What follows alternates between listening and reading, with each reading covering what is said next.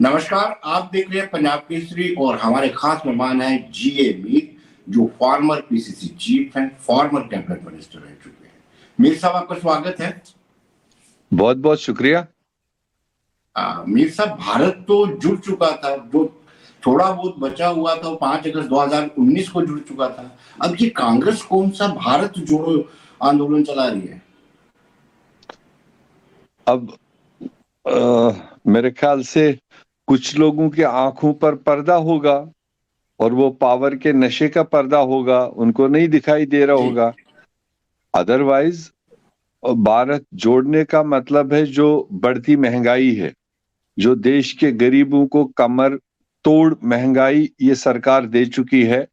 जो gas cylinder हमने 14 में 400 रुपए का देते थे, तब यही सिर पर लेकर घूमते थे महंगा है, आज वो 1200 का है।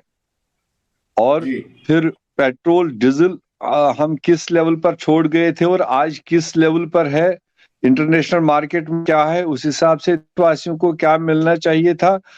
और अगर उनको नहीं दिखाई दे रहा है, उनको देश की गुर्बत नहीं दिखाई दे रही है, गरीब का हाल नहीं दिखाई दे रहा, तो वो उनको मुबारक हो। जी उसी तरह से जो अनएम्प्लॉयमेंट, जिस सरकार ने बड़े बड़े वादे किए थे कि साल में 2 करोड़ युवाओं को हम रोजगार देंगे, आज 18 करोड़ लोगों को रोजगार मिलना चाहिए था। और सरकारी आंकड़े ही जी कहते हैं कि 8 साल के कंप्लीशन पर 30 से 40 लाख युवाओं को वो रोजगार दे पाए। और इसी तरह से जो देश का एक बुनियाद था, मतलब जो एक भाईचारा था, जो लोग इस देश में पैदा हुए हैं, चाहे वो हिंदू हो, मुसलमान हो, क्रिश्चियन हो, बौद्ध हो, किसी भी सोच के हो, किसी भी धर्म के हो, ऊंच हो नीचे हो, ट्राइबल हो, तो ये एक कंपोजिट कल्चर वाला देश हमेशा से, आजादी से ही नहीं, पिछले हजारों साल से चला आया है। और उसमें जो वातावरण इन्होंने पैदा किया है कि भाई भाई को लड़ाना और अमीर गरीब को खा जाना और देश की संपत्ति दो चार लोगों को बेच जी डालना, और एक तरफ कहना 70 साल कुछ नहीं हुआ, तो एक तरफ 70 साल की सब कुछ पूंजी जो प्रॉपर्टी है उसको सस्ते दाम पर बेच के मतलब दो चार दोस्तों को बढ़ाना, ये सारे देश के कंसर्न्स है। और इन कंसर्न्स को हाईलाइट करने के लिए, देश की जनता की आवाज को उठाने के लिए, जब देश की जनता उठाती है तो उनके ऊपर एजेंसीज लगती थी। जब जी पार्लियामेंट में बात उठाने की कोशिश की गई तो पार्लियामेंट नहीं चलने देते हैं, माइके बंद करते हैं, स्क्रीन बंद करते हैं। जब कोर्ट में जाते हैं तो कोर्ट को दबाव दिया जाता है। तो आखिरकार ये जमहूरी मुल्क है, ये कॉन्स्टिट्यूशन से चलने वाला मुल्क है। हमने 70 साल यही सीखा। बाबा भीमराव अंबेडकर ने बड़ी मेहनत मशक्कत के साथ में एक खूबसूरत मतलब कॉन्स्टिट्यूशन दिया है, और आज तक ये देश कॉन्स्टिट्यूशन के उन्हीं रास्तों से चलता आया। वो कॉन्स्टिट्यूशन भी आज बालाए ताक रखा गया है। तो ये सारे जो कंसर्न्स है, इसको एक जी सबसे पुरानी पार्टी और अगर वो ये कंसर्न ना ले, लोगों का कंसर्न ना ले, तो फिर अगर वो धरने पर जाते थे, अगर वो पार्लियामेंट में बोलना चाहते जी थे, जी मीडिया वालों जी को ब्लॉक किया जाता था, तो और कौन सा रास्ता इख्तियार करे। फिर रास्ता जी यही अख्तियार हुआ, ये सारी चीजें बहाल करने के लिए। जिस तरह का देश था, भाईचारा था, उसको बहाल करने के लिए, इसीलिए 3,500 किलोमीटर और 150 दिन की पदयात्रा, जिसमें करोड़ों लोग और क्रॉस जी सेक्शन, कोई उसमें भेदभाव नहीं है, कोई किस धर्म का हो, कोई किस सोच का हो, किस उम्र का हो, और क्या खाता है क्या पीता है, वो सारे लोगों के लिए जी एक मार्ग रखी राहुल गांधी जी ने, जिसको आपने देखा आज 95 दिन में जी करोड़ों लोगों जी ने अपनी भागीदारी मतलब चलिए, दी उसमें। मीर साहब, लक्ष्य, सियासी जमातों का लक्ष्य पावर ही होता है। और इस यात्रा के दौरान 2 जगहों पर इलेक्शन हुए, इंपॉर्टेंट बाई इलेक्शन भी हुए। हिमाचल में तो अक्सर ये परंपरा चलती आ रही है कि एक साल एक टेन्योर जो है कांग्रेस को मिलता है, एक बीजेपी को। लेकिन इस यात्रा का गुजरात में कोई लाभ नहीं मिल पाया। देखिए विनोद जी, एक हिसाब से 4 बड़े चुनाव हुए अभी 15 दिन पहले। जी 3 तो स्टेट्स थी, गुजरात, दिल्ली, हिमाचल प्रदेश, और चौथा जो बाय इलेक्शन हुआ 6 बाय एंड लार्ज सीटों पर असेंबली और पार्लियामेंट मिलाकर। अगर आप जी इन चारों यूनिट्स को अपने तरीके से देखें, बाय इलेक्शन ये सरकार हारी, ये पार्टी हारी, 6 मई से मात्र 2 असेंबली सीटें इनके हाथ लगी और 3 असेंबली सीट और 1 लोकसभा सीट इनके रूलिंग स्टेट से ये हारे। अगर आप लोकसभा की बात जी करें, मैनपुरी उत्तर प्रदेश की बड़ा सीना दाब दाब के कह रहे हैं कि वहां पर हमारी सरकार चल रही है, डबल इंजन की सरकार, और चीफ मिनिस्टर के मुंह के सामने लोकसभा सीट हार गया। इसी तरह से जी असेंबलीज में। फिर आप आइए दिल्ली जहां पर इनका बोलबाला, जो दिल्ली देखिए, आधी दिल्ली में दिल्ली आपका कोई बल्कि रोल नहीं है। दिल्ली में तो आम आदमी पार्टी ने जीता है। आप सुनिए, मैं भाजपा की बात कर रहा हूं, चलिए मैं भाजपा की, चलिए सुनाइए।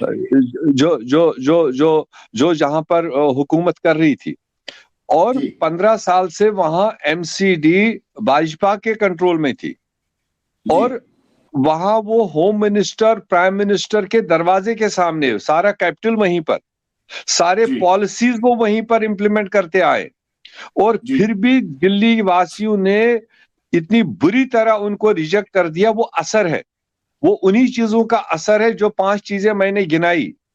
अक्लमंद पढ़े लिखे लोगों ने उसको रिजेक्ट किया, उनके सोच को। इसी तरह से हिमाचल प्रदेश, अब वहां कोई दाढ़ी वाले तो थे ही नहीं, कह देते कि वहां तो मुसलमान है, उन्होंने एक तरफा कांग्रेस को वोट डाला, शायद इसलिए हुआ। हाँ, हिमाचल प्रदेश में मतलब जिस बुरी तरह से सारी डबल इंजन सरकार को नकारा, मेरे ख्याल से वो अकेली स्टेट का पूरी देश के लिए बहुत बड़ी सिग्नल है।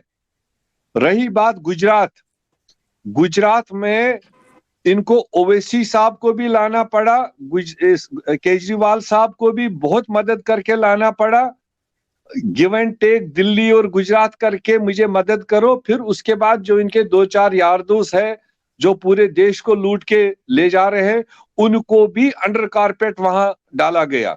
और फिर उसके जी बावजूद भी देश के प्राइम मिनिस्टर ने, चाहे उसका होम स्टेट हो या होम विलेज हो, मगर देश का प्राइम मिनिस्टर कभी मिहनू गली कोचू में मतलब इतना रिकी, इतना असरअंदाज तरीके से नहीं घुमा होगा।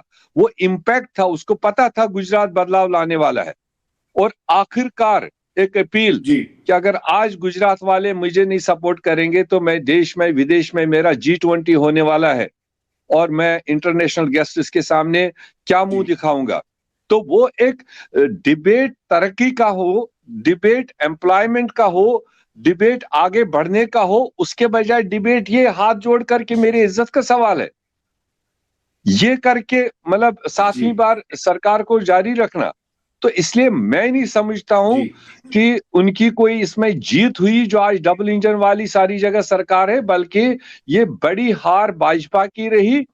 और किसके खाते में क्या मिला वो अलग बात है। दिल्ली में केजरीवाल ने बदलाव लाया, या जो हिमाचल में कांग्रेस ने बदलाव लाया, बाय इलेक्शन में भाजपा की हार हुई, बट इन टोटलिटी अगर आप देखेंगे 20% उनको हाथ में रिजल्ट लगा, 80% एरियाज में भाजपा की पॉलिसीज को रिजेक्ट किया देश के लोगों ने। मीर साहब, आखिरी सवाल आपसे रहेगा। जम्मू कश्मीर में 2023 यानी 2023 ईयर ऑफ इलेक्शन माना जा रहा है। पंचायत भी होंगे, अर्बन लोकल बॉडीज भी होगी, और हो सकता है असेंबली भी होंगी। ये भारत जोड़ो यात्रा का लाभ आपको मिल पाएगा। आप तो जम्मू कश्मीर में पहले ही टूट चुके हैं। गुलाम नबी आजाद काफी सारे लोगों को लेकर के अपनी नई पार्टी बना चुके हैं। देखिए, भारत जोड़ो यात्रा का सीधे फिलहाल लक्ष्य वोट बैंक पर नहीं है। वोट बैंक से बड़ा लक्ष्य लेकर भारत जोड़ो यात्रा निकला है, जिसका मैंने बताया जो देश के हालात बने हुए थे वो वोट बैंक से ऊपर है। और अगर वोट बैंक टारगेट होता तो ये यात्रा हम गुजरात और हिमाचल ले जाते, अपने हाथ में था, कैलेंडर बना लेते, रूट बना लेते। और ये इसका सबसे बड़ा लक्ष्य है। और उसके बाद जम्मू कश्मीर में जो आखिरी पड़ाव इसका है जनवरी के आखिरी हफ्ते में, और मैं समझता हूं इस भारत जोड़ो यात्रा का सबसे ज्यादा जरूरत जम्मू कश्मीर में है।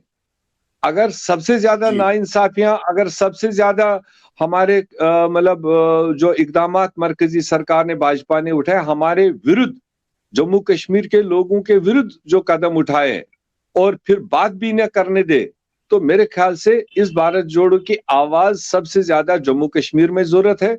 आगे देखेंगे, वो तो तंजीमों का काम है, ऑर्गेनाइजेशंस का काम है, इसका फायदा उठाए या ना उठाए, कितनी मजबूत हो कितनी नहीं मजबूत हो, मगर फिलहाल राहुल गांधी और कांग्रेस का भारत यात्रियों का जो, उसमें खाली कांग्रेस ही नहीं है, दुनिया भर के एनजीओज है, दुनिया भर के सोशल एक्टिविस्ट्स है, जी देश के माने जी जाने हस्तियां हैं जो डिफरेंट फील्ड से हैं, जी तो वो ऐसे नहीं उसमें जुड़ रहे हैं कि सिर्फ अगर ये कांग्रेस के जी वोट बैंक के लिए है, वो लोग कोई कांग्रेस को वोट करने वाले नहीं है, मगर बड़ा जी मकसद जो है वो हासिल करने के लिए, देश में एक अच्छा माहौल पैदा करने के लिए, गरीबों को महंगाई से आसाइश हो, नौजवानों को रोजगार मिले, भाईचारा कायम हो, देश में वातावरण अच्छा हो।